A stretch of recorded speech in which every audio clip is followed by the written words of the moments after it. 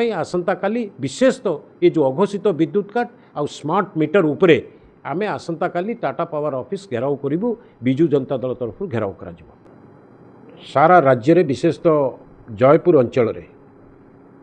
असह्य गरम होची एवं गरम साथे साथे अघोषित विद्युत काट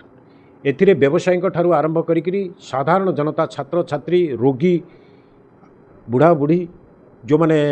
आपणकर चाषी लिफ्ट इरिगेशन ठारू आरंभ करी एवं छोट बड़ व्यवसायी एवं छोट बड़ इंडस्ट्रियलिस्ट समस्ते एथिरे एफेक्टेड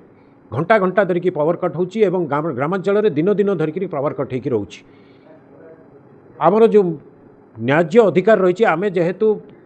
पावर नहींचु आमे जेहेतु इलेक्ट्रिसिटी कनेक्शन नहींचु आमको पावर कट पावर जोगई दबा आमर होची नैतिक दायित्व टाटा पावर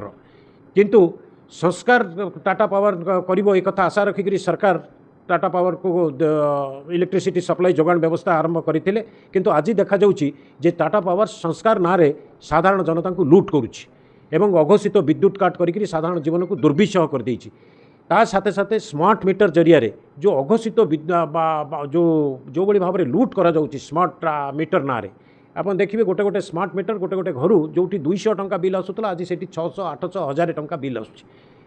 एवं सहर में विभिन्न जगह विपज्जनक अवस्था आपंकर ट्रांसफॉर्मर ठारू आरंभ करी पोल एवं वायर सब रही कौन पदक्षेप संस्कार जो करने कथा कौन पदक्षेप टाटा पावर नौ ना तेणु से आसंता काली विशेष तो ये जो अघोषित विद्युत काट आउ स्मार्ट मीटर उपरे आमे आसंता काली टाटा पावर ऑफिस घेराव करूँ विजु जनता दल तरफ घेराव करा